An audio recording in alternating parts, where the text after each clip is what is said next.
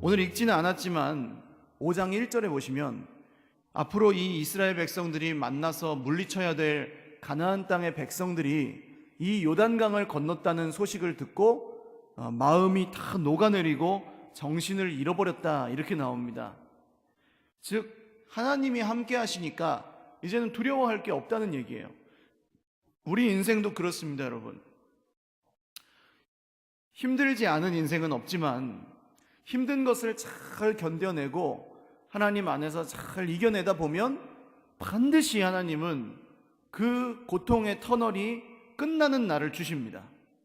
할렐루야. 이 힘들고 어려울 때는 정말 죽을 것 같고 견디기가 어렵지만 그것이 지나면 반드시 하나님이 주시는 은혜의 때가 있다고 하는 것이죠. 그때가 바로 그 은혜의 때에 들어갈 때가 바로 뭐라고 하냐면 축복의 길목이라고 합니다. 길목. 아직 축복의 그 땅에는 들어가지 않았을 때 그 길목. 근데 길목에서 받아야 될 훈련이 있습니다. 길목에서 훈련을 잘 받지 않으면 축복의 땅에 들어가도 그것이 축복이 아니게 될 수도 있어요. 오늘 말씀을 통해서 여러분 축복의 길목에서 우리가 점검해야 될 것들이 무엇인지 한 3가지 정도로 나누려고 합니다. 첫 번째는 이 축복의 길목에서 준비해야 될 첫 번째, 바로 예배하는 인생이 되어야 한다는 것입니다. 고난 중에도 예배 드려야 될 때가 있습니다, 여러분. 그러나 하나님께 드리는 예배는 우리가 고난을 피하기 위한 도구가 아닙니다. 때로는 정말 너무 힘들어서 이 자리에 나오기라도 해야 좀 살 것 같고 그나마 잠깐 잊어버리기라도 하고 그래서 예배를 드릴 때가 있습니다만 하나님께 드리는 예배는 그 정도가 아닙니다. 현실 도피가 아니에요. 정말 그 인생의 광야와 고난과 문제를 온전히 해결하시는 살아계시고 역사하시는 하나님을 만나는 시간이 바로 예배입니다. 많은 세상 사람들은 힘들고 어렵게 사는 걸 피하기 위해서 하나님을 믿는 줄로 알고 있습니다. 하나님을 예배하면 하나님이 복을 줘서 고난이 없어지는 줄로 알고 있습니다. 그러나 그렇지 않습니다, 여러분. 만약에 그렇다면 벌써 우리는 다 떼돈 벌어서 부자가 되어 있어야 되고 병도 안 걸려야 되고 자녀들은 다 어디 좋은 대학에 들어가야 되고 좋은 직장에 취직해야 되겠죠. 근데 우리 인생이 다 그렇지 않습니다. 이런 오해를 갖고 있는 세상 사람들은 교회에 나오다가도 인생에 고난이 닥쳐오면 가장 먼저 멀어지는 게 뭐냐 하면 예배입니다. 하나님에게서 멀어지거든요. 오늘 말씀에 보시면 이스라엘 백성들은 이 요단강을 건너자마자 유월절이라는 절기를 지킵니다. 때가 돼서 지킨 것이기도 하지만 사실은 이 유월절을 지킬 만한 상황이 아니에요. 지금 유월절은 이스라엘의 명절입니다. 하나님께서 이스라엘 백성들을 애굽에서 나오게 하실 때 이 이집트의 파라오가 이 백성들을 놔주지를 않습니다. 200만 명 가까이 되었던 이 노예들을 포기하기가 어려웠던 것이죠. 그래서 이 하나님께서는 모세를 통해서 애굽에 10가지 재앙을 내리십니다. 그 중에서 마지막 재앙이 뭐였죠? 모든 집의 큰 아들, 장자가 죽임을 당하는 그런 재앙이었습니다. 죽음의 천사가 집집마다 다니면서 그 집의 큰 아들과 그 집에서 기르는 짐승들의 큰 새끼까지도 죽이는 그런 재앙이었습니다. 그런데 하나님께서는 천사가 알아서 이스라엘 백성들의 집은 피해가라고 하지 않으셨습니다. 그 대신 이스라엘 백성들에게 명령을 내리셨어요. 어떻게 하라고 하셨죠? 양의 피를 문설주에 바르라고 하셨습니다. 그래서 이 양의 피를 문설주에 바른 집마다 죽음의 천사가 그 집을 뛰어넘어갔습니다. 그래서 이 유월절이라는 절기는 이 사건을 기념해서 한자로 넘을 월자를 써서 넘어간다는 뜻의 유월절입니다. 영어로는 패스오버라고 합니다. 넘어간다, 그런 뜻이죠. 이 유월절은 하나님께서 이스라엘에게 영원토록 지키라고 명령하신 절기가 되었습니다. 왜냐하면 너희가 그 애굽에서 노예 생활을 할 때에 누가 너희를 애굽에서 인도하여 냈는지, 어떻게 인도하여 냈는지를 자자손손 기억해내라. 그리고 나를 믿어라. 하나님이 그렇게 이스라엘 백성들에게 명령하신 거죠. 우리나라에서도 이제 구정이 다가오는데 누가 시키지 않아도 구정이나 추석은 다 모이고 이렇게 명절을 쇠지 않습니까? 마찬가지로 유월절도 그런 명절로 하나님께서 주셨다는 것이죠. 오늘 말씀 10절을 한번 읽어보겠습니다. 시작. 또 이스라엘 자손들이 길갈에 진쳤고 그달 14일 저녁에는 여리고 평지에서 유월절을 지켰으며 아멘. 요단강은 건넜지만 지금 이스라엘 백성들 앞에는 많은 적들이 둘러싸고 있습니다. 사실 지금은 한시바삐 나가서 싸워야 될 때입니다. 그런데 하나님은 이 바쁜 때에 이스라엘 백성들에게 유월절을 지키라고 명령하고 계신 거예요. 적들이 막 둘러싸고 있는데도. 이 유월절은 오늘날 우리가 드리는 예배를 상징합니다. 우리가 예배 드리러 올 때도 어떻습니까, 여러분? 얼마나 많은 문제와 얼마나 많은 시험을 넘어서 여기까지 나오셨습니까?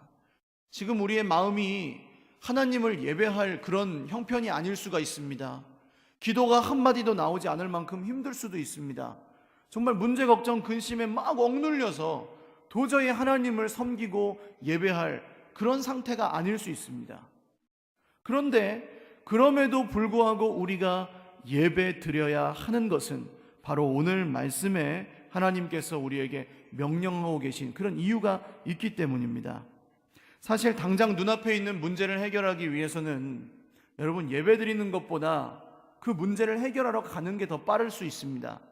돈이 없어서 문제가 되면 예배 드리러 나오기보다는 돈을 벌러 가는 게 낫고, 질병이 있어서 건강에 문제가 있으면 예배 드리러 오는 것보다 병원 가는 게 빠르죠.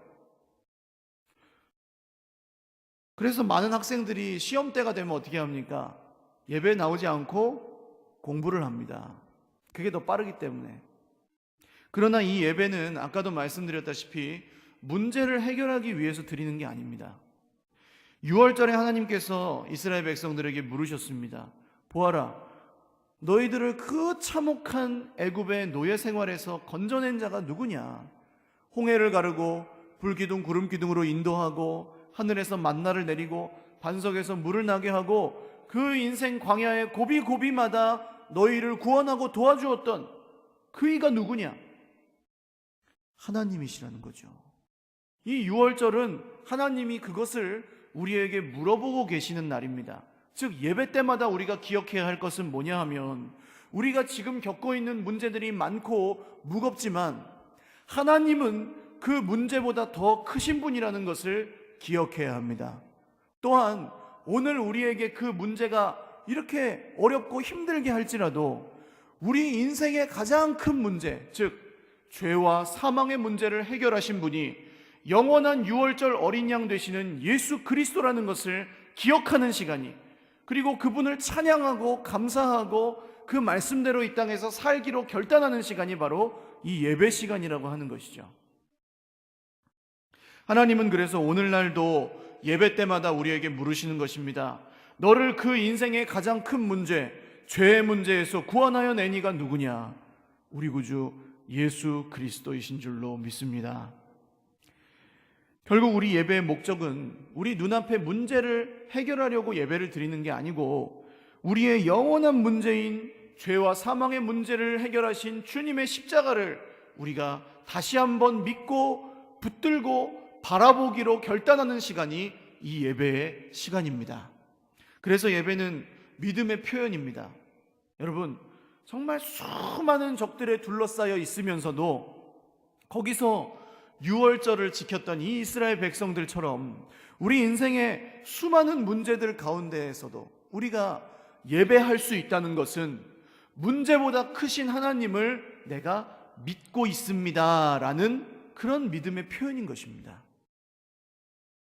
하나님보다 문제가 크면 예배가 안 드려집니다. 예배를 드려도 몸만 나와 있을 뿐이지 문제가 내 머릿속을 가득 채우고 있습니다. 그러나 여러분, 오늘 예배 가운데 정말 문제보다 크신 하나님께 주목하시고 우리 인생에 지금 겪고 있는 이 문제보다 더 큰 문제인 죄와 사망의 문제까지 다 이미 해결하신 주님의 십자가를 바라보실 수 있기를 바랍니다. 두 번째로 말씀드릴 것은 축복의 길목에서 우리가 다시 한번 하나님의 은혜를 기억해야 한다는 것입니다. 즉 은혜로 사는 인생이 되어야 한다는 것입니다. 오늘 말씀 11절과 12절을 읽어보겠습니다. 시작.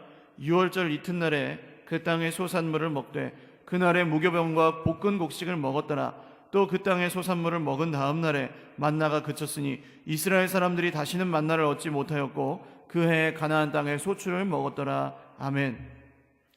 이 만나라고 하는 것은 밀가루 역할을 합니다. 희고 가시 같고 이렇게 구우면 빵처럼 되어서 먹을 수 있는 그런 꿀 섞은 과자 맛이었다라고 합니다. 그 하나님의 양식, 하늘 양식이었던 만나가 드디어 그쳤습니다. 40년 이상을 하늘에서 매일매일 이 안식일만 빼고 매일매일 내려왔는데 이게 드디어 이제 안 내려오는 거예요. 언제 안 내려왔냐 하면 가나안 땅에서 난 곡식을 먹었을 때, 그 열매를 먹었을 때 그 다음 날부터 안 내려왔습니다. 하나님께서는 이스라엘을 가나안 땅으로 단번에 들어가게 하실 수도 있었습니다. 사실 거리상으로는 애굽에서 가나안까지 그렇게 멀지가 않아요. 한 400에서 600km 정도로 봅니다. 그냥 우리나라 부산, 서울에서 부산 가는 정도요. 걸어가도 사실 몇 달이면 갈 수 있는 거리입니다. 그런데 왜 40몇 년이나 걸려서 이스라엘 백성들이 그 길을 갔을까요? 하나님은 빨리 좀 인도하고 싶으셨을 거예요. 왜냐하면 아브라함과 이삭과 야곱에게 내가 너희 후손들을 다시 이 땅으로 돌아오게 할 것이다 약속하셨기 때문에 그렇습니다. 하나님은 어떤 분이십니까? 당신이 하신 약속을 지키시고 싶어서 막 견딜 수 없어 하시는 분이 하나님이십니다. 하나님 그런 분이세요. 그래서 신실하시다고 합니다. 그런데 그냥 들어가면 안 돼요. 알아야 될 것들을 알고 들어가야 되고 깨달아야 할 것들을 깨닫고 들어가야 되고 믿어야 할 하나님을 온전히 믿고 들어가야 했습니다. 그래서 광야도 있고 오늘 이 요단강도 건넜는데도 여전히 이런 과정들이 있는 겁니다. 세상의 원리는 어떻습니까, 여러분? 결과에 집중합니다. 뭐로 가도 서울만 되면 가는 겁니다. 잘 되기만 하면 장땡입니다. 그 과정에서 무슨 일이 있었든지 결과만 내면 된다 이거예요. 그러나 하나님의 원리는 좀 다릅니다. 아무리 선하고 복된 일이라고 해도, 아무리 좋은 일이라고 해도, 아무리 하나님이 기뻐하시는 일이라고 해도 그 과정에서 하나님이 기뻐하시는 방법대로 해야 되는 것입니다. 그렇지 않으면 다 사상 누각에 불과해요. 모래 위에 지은 집입니다. 그 증거로 여러분, 이 하나님을 모른 채 축복의 땅에 들어가기만 한다고 좋은 게 아니라는 거예요. 그 증거로 이스라엘은 이렇게 훈련을 받고 들어갔음에도 불구하고 여호수아가 죽고 이 정복 세대가 죽고 나니까 다 우상 섬기기 시작합니다. 바알이니 아세라니 그모스니 밀곰이니 수많은 가나안 땅의 우상들을 섬기기 시작을 했다는 거예요. 왜 그럴까요, 여러분? 광야에서는 이 하나님의 인도하심이 눈에 보였습니다. 무슨 기둥이 있었어요? 불기둥, 구름기둥, 이런 것들이 눈에 보였어요. 믿지 않으려고 해도 믿지 않으면 죽었습니다. 왜요? 하늘에서 내려오는 만나를 먹어야 사니까. 그 만나를 이게 하나님이 주시는 거구나 하고 받아 먹어야 사는 그런 곳이 광야였습니다. 믿지 않으면 반석에서 나온 물, 이거 하나님이 주시는 물이구나 하고 마셔야 살 수 있는 곳이었어요. 그런 곳이 광야예요. 홍해를 가르시고 요단강을 가르시는 그 하나님이 함께 하시는 것이 눈에 보이는 곳이 광야라는 말이에요. 좋든 나쁘든 보이지 않는 하나님을 이제는 근데 의지하며 살아가야 됩니다. 이 가나안 땅에서는 불기둥도 없어요. 구름기둥도 없어요. 만나도 없어요. 반석에서 물 나지도 않아요. 보이는 건 없어요. 근데 이제는 보이지 않는 하나님을 의지하면서 살아가야 됩니다. 많은 사람들이 축복의 때에는 하나님의 은혜를 인정합니다. 왜요? 하나님이 도와주시는 게 느껴지니까, 보이니까요. 그런데 고난의 때에는 좀 다릅니다. 소위 말하는 세상에 복이 임할 때는 하나님을 찬송하고 감사하다 하는데, 고난의 때, 인생이 힘들 때, 그때는 여러분 하나님에게서 멀어져 버립니다. 이 고난과 문제가 우리 인생에 닥쳐올 때 하나님을 예배한다는 것은 정말 어려운 일입니다. 오늘 그런 형편에 계신 분들도 있겠죠. 이 자리에 나오신 것 참 잘하셨습니다. 오늘 우리가 알아야 할 것은 여러분, 이 축복의 때에나 고난의 때에나 하나님의 은혜는 언제나 변함없이 우리에게 햇빛처럼 내리쬐고 있다는 사실입니다. 애굽 땅은 나일강의 은혜로 사는 곳입니다. 나일강이 이렇게 거미줄처럼 쫙 퍼져 있는데요. 아프리카의 젖줄이라고 하잖아요. 이 강이 넘칠 때마다 그 사이사이에 있는 이 삼각주 지형이 다 옥토로 변합니다. 물을 잔뜩 머금고 그 떠내려온 유기물들을 잔뜩 머금고 이 옥토로 변해요. 그래서 그냥 씨만 뿌려도 막 농사가 잘 됩니다. 그러니까 애굽 사람들이 섬기는 신은 나일강의 신을 섬기고 태양신을 섬겼던 거예요. 그런데 가나안 땅은 달라요. 그런 나일강이 없어요. 비가 오지 않으면 농사가 안 되는 곳이 가나안 땅입니다. 그래서 성경에 보시면 하나님이 이른 비와 늦은 비를 때를 따라 내려주신다, 그런 얘기가 나옵니다. 이 이른 비와 늦은 비, 곡식을 키울 때 앞서 내리는 비와 또 추수한 이후에 내리는 그 비가 없으면 그 다음에 농사가 안 되는 거예요. 그런 땅이 이 가나안 땅이에요. 광야에서는 하늘에서 내려오는 이 하나님의 양식인 만나를 먹기 위해서 하늘을 쳐다봤다면, 이제는 가나안 땅에서는 그 이른 비와 늦은 비가 내려올 하늘을 쳐다보면서 살아야 된다는 겁니다. 무엇을 말합니까? 광야에서는 광야의 은혜가 있고 가나안 축복의 땅에서는 그 가나안의 은혜가 있다는 거예요. 은혜는 축복의 때에만 있는 게 아닙니다, 여러분. 힘들고 어려운 광야에서도 하나님의 은혜는 변함이 없습니다. 반대로도 생각할 수 있어요. 광야에서 어려운 게 있고 축복의 땅에 들어가도 어려운 게 있습니다. 즉, 광야에서는 광야의 시험이 있고 축복의 땅에서는 축복의 땅의 시험이 있다는 거예요. 오히려 광야에서는 눈에 보이는 인도하심이 있었습니다. 불기둥, 구름기둥 이런 것들이요. 힘은 들어도 형편은 안 좋아도 따라가는 것 자체는 그렇게 어렵지가 않아요. 왜냐하면 하나님이 거의 손붙잡고 인도하시니까요. 그런데 가나안 땅은 어떻습니까? 살기는 조금 좋아졌는데 하나님의 인도하심은 직접적으로 보이지가 않아요. 그러니까 믿기가 어렵고 변질되고 타락했던 것입니다. 여러분, 오늘 저와 여러분이 있는 곳이 어디입니까?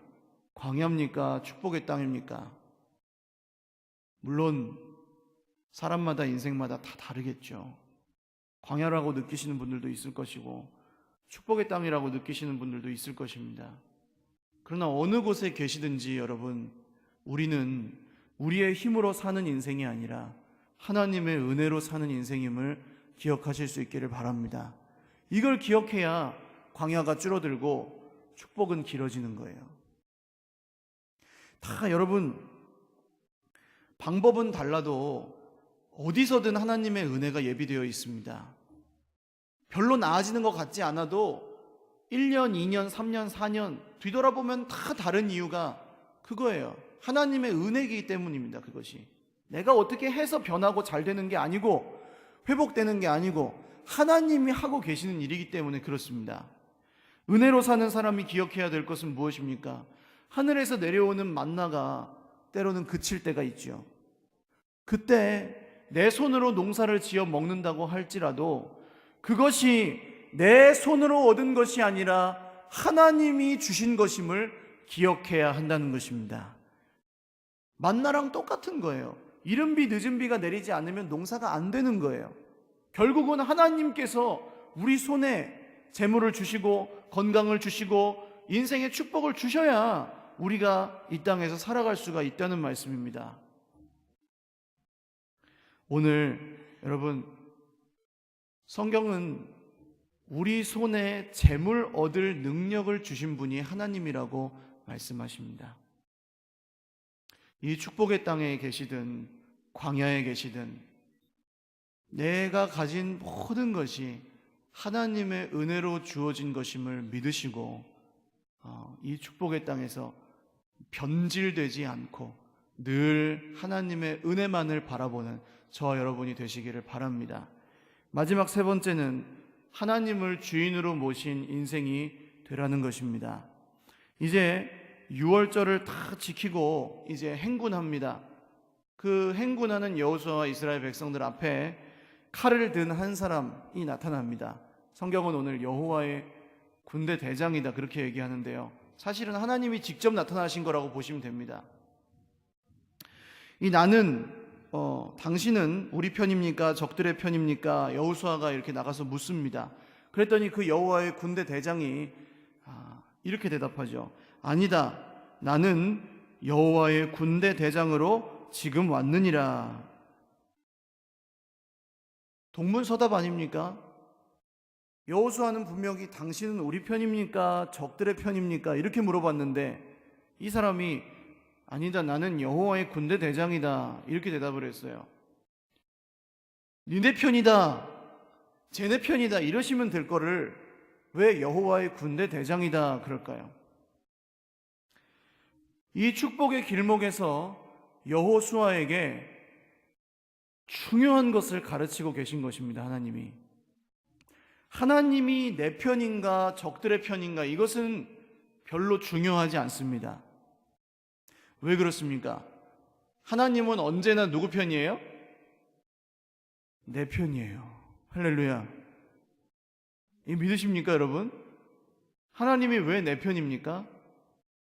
내가 하나님의 자녀이기 때문에, 내가 하나님의 백성이기 때문에, 내가 예수 그리스도의 피값으로 사신 하나님의 아들이기 때문에, 딸이기 때문에, 그래서 하나님이 내 편이신 거예요. 이걸 뭐라고 합니까? 은혜라고 합니다. 하나님의 이 사랑은 일방적인 거예요. 우리가 어떻게 하고 어떻게 하는 거에 따라서 하나님이 우리 편이 됐다가 아니었다가 그런 게 아니고 하나님은 언제나 우리 편이에요. 근데 문제는 뭐예요? 내가 하나님 편이 아닐 때가 있어요. 이해가 가십니까? 하나님 편에서는 늘 하나님은 우리 편이 되어주시는데 내가 하나님을 주인으로 모시지 않고 하나님을 믿지 않고 하나님 편이 되지 않을 때가 있다는 말씀입니다. 이 문제가 여러분 어떻게 해결이 되는지 오늘 말씀을 통해 한번 보겠습니다. 15절 말씀을 읽죠. 시작. 여호와의 군대 대장이 여호수아에게 이르되 내 발에서 신을 벗으라 네가 선 곳은 거룩하니라 하니 여호수아가 그대로 행하니라. 아멘. 오늘 이 여호와의 군대 대장이 왜 여호수아에게 발에서 신을 벗으라고 할까요? 우리가 어디서 많이 본 장면입니다. 출애굽기 초반에 하나님이 누구를 부르셨어요? 모세를 부르셨어요. 불붙은 떨기나무가 타지 않는 환상, 그 기적을 통해 모세를 부르셨어요.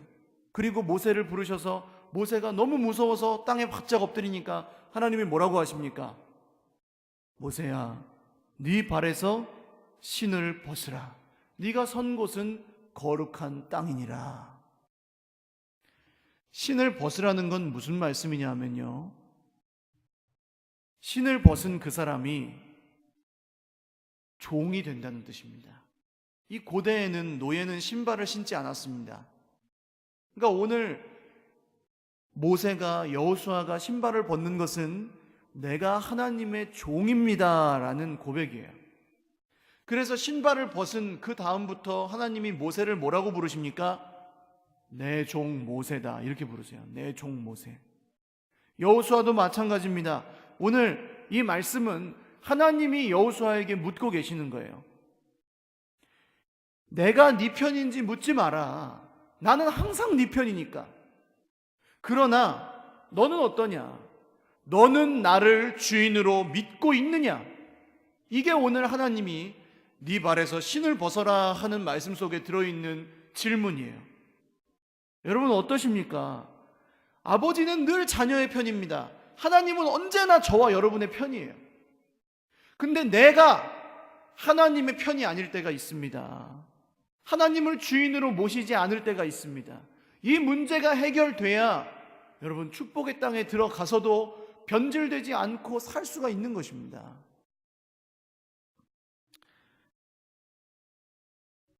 인생이 정말 절박할 때는 여러분 누가 시키지 않아도 열심히 살고 간절하고 하나님을 찾고 그렇죠. 그런데 조금 숨만 돌릴 것만 같아도 여러분 우리 인생이 어떻습니까?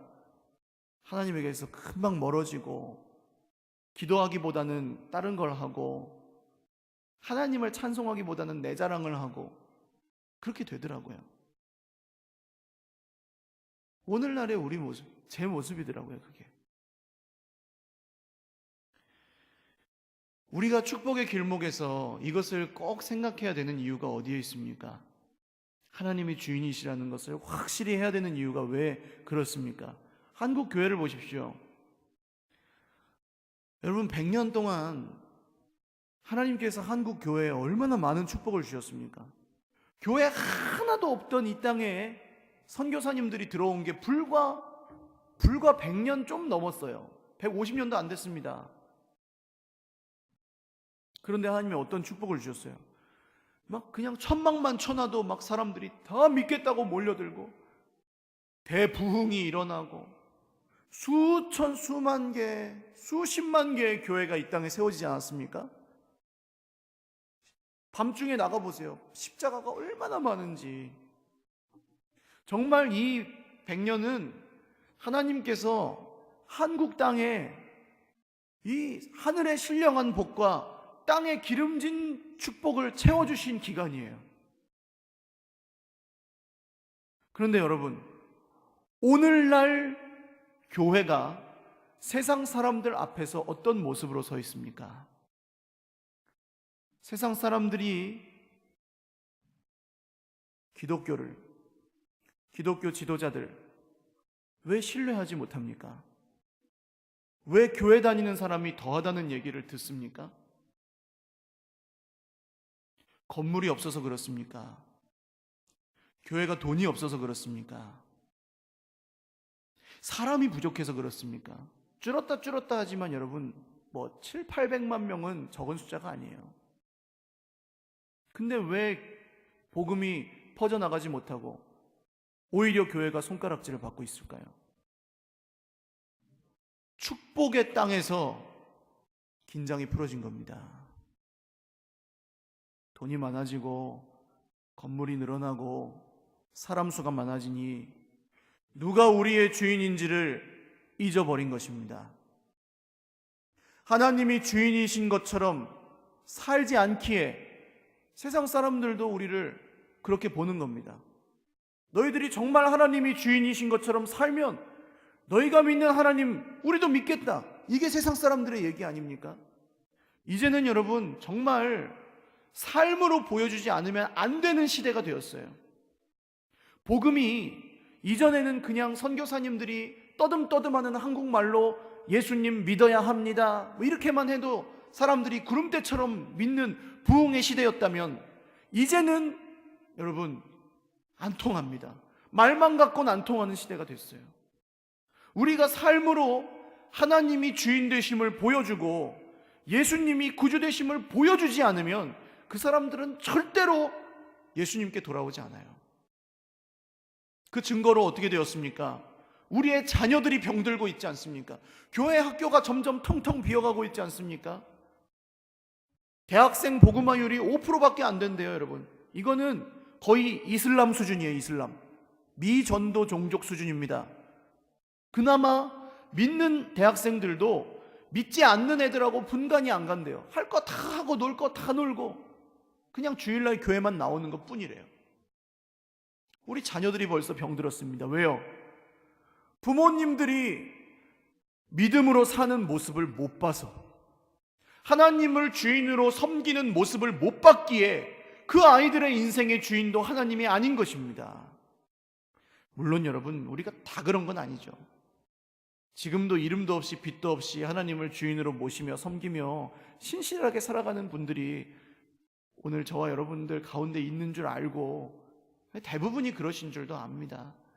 그러나 이런 시점에서 우리가 반드시 다시 한번 생각하고 예배 때마다 떠올려야 할 것은 정말 우리 인생의 주인이 누구시냐는 것입니다.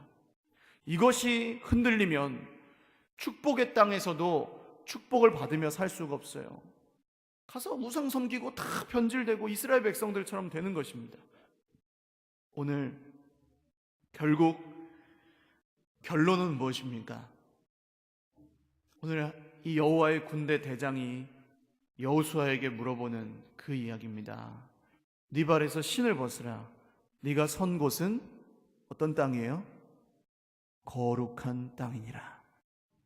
여러분, 우리가 이제 하나님의 백성이 되어서 예수님을 주인으로 섬기며 사는 이 땅, 내가 밟는 모든 땅과 내가 있는 모든 장소와 내가 보내는 모든 시간과 내가 하는 모든 말과 내가 하는 모든 생각과 내 손발로 하는 모든 행동은 이제 하나님의 거룩한 땅입니다. 할렐루야. 이것을 기억하십시오, 여러분.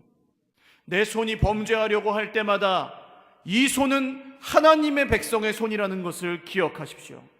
내 입술이 하나님을 부인하고 세상의 말을 할 때마다 이 입술은 하나님의 자녀의 입술임을 기억하십시오.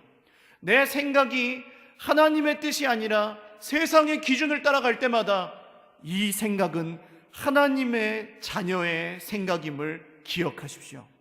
이것을 기억하면 여러분, 우리의 삶에는 하나님이 함께 하십니다. 여호와의 군대 대장이 우리 앞서가며 모든 전쟁을 대신하십니다. 그래서 이 거룩한 삶이 능력이고 믿는 대로 행하는 것이 정말 능력인 것이에요. 여러분, 말씀을 맺겠습니다. 하나님은 오늘 우리의 인생의 형편이 어떠하든지 하나님은 언제나 우리의 주인이 되십니다. 그리고 그 은혜를 거두지 않으십니다. 우리가 믿음으로 하나님을 예배하며 이 거룩한 삶의 여정에 동참하고 순간순간, 여러분 지난주에도 제가 생각을 했어요. 이 죄 안 짓고 산다는 게 얼마나 어려운 일인가. 근데 죄를 이길 수 있는 방법이 없더라고요. 죄를 이길 수 있는 방법이 없습니다. 근데 죄 짓고 싶을 때 어떻게 해야 될까요? 예수님 생각을 해야 됩니다. 그것밖에는 방법이 없어요. 나를 위해 십자가에 죽으신 예수님을 내가 죄 짓고 싶은 그 순간에, 죄악된 생각이 내 머릿속을 지배하고 있는 그 순간에, 분노와 혈기와 내 정의가 내 머리를 주장하는 그 순간 예수님을 생각해야 됩니다. 오직 그것만이 우리가 축복의 땅에서 그 축복을 영원히 누리는 길이 됩니다. 오늘 이 말씀 가운데 깨달은 것을 가지고 정말 우리 인생에 하나님이 주시는 그 축복, 그 은혜를